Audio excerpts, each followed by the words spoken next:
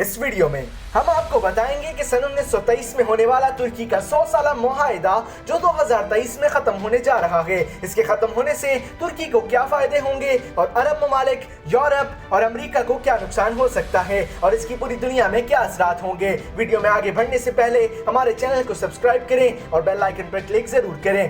तुर्की 1924 तक सल्तनत उस्मानिया कहलाता था।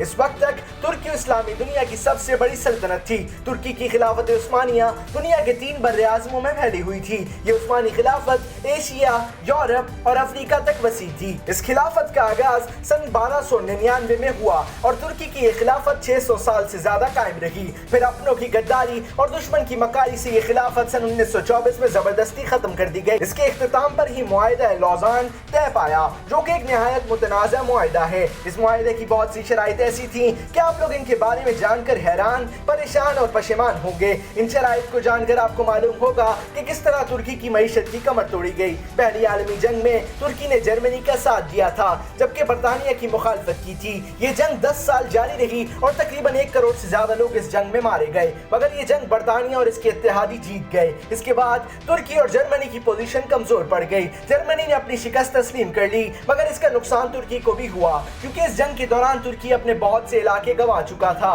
तुर्की को भी शिकस्त तस्लीम करने का कहा गया और 10 अक्टूबर सन 1920 को तुर्की की हुकूमत ने शिकस्त तस्लीम कर ली, मगर तुर्की की जमहूरी पार्टियों ने इसको तस्लीम ना किया। इस वजह से तुर्की और बरतानिया के इत्तेहादियों के माबैन होने वाला ये मुआहिदा पाया तकमील को ना पहुंच सका। इसी दौरान मुस्तफा कमाल पाशा, जो कि तुर्की की आर्मी में एक जनरल था, उसने ऐसे किसी भी मुआहिदे को मानने से इनकार कर दिया और तुर्की के बादशाह से बगावत कर दी। उसने तुर्की में अपनी हुकूमत का ऐलान कर दिया और तुर्की के बादशाह की बादशाहत को माजूल कर दिया। तुर्की पहले ही काफी कमजोर हो चुका था। हिजाज का इलाका इसके हाथ से निकलकर सऊदी अरब बन चुका था। यूनान की फौज तुर्की के मुख्तलिफ इलाकों पर कब्जा करने की कोशिश कर रही थी। कमाल पाशा ने इस दौरान रूस की मदद ली, जो इस वक्त सोवियत यूनियन कहलाता था, और ये यूनानियों की पेशकदमी रुक गई। इस फैसले ने मुस्तफा कमाल पाशा को तुर्की का हीरो बना दिया। तुर्की के लोगों ने इसे अतातुर्क का खिताब दिया। इसके बाद तुर्की और बरतानिया के इत्तेहादियों के दरमियान एक तारीख साज मुआहिदा हुआ, जो कि मुआहिदा लौज़ान के नाम से मशहूर है। इस मुआहिदे की रूह से तुर्की को बहुत सारी शराइत पर पाबंद किया गया। एक शर्त ये थी कि तुर्की के वो इलाके जो बरतानिया और इसके इत्तेहादियों ने छीन लिए थे, इन पर अब तुर्की का कब्जा नहीं रहेगा। एक और शर्त ये थी कि तुर्की की खिलाफत उस्मानिया का वजूद खत्म कर दिया गया है। तुर्की के उस वक्त के सुल्तान ने ये मुआहिदा ना माना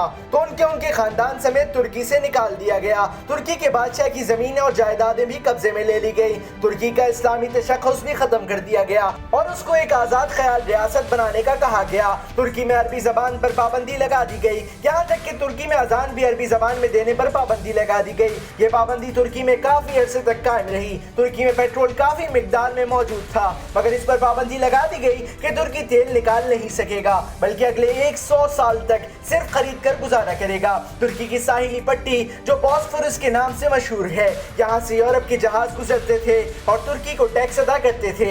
इस पर भी पाबंदी लगा दी गई कि अब कोई टैक्स तुर्की की हुकूमत को नहीं जाएगा।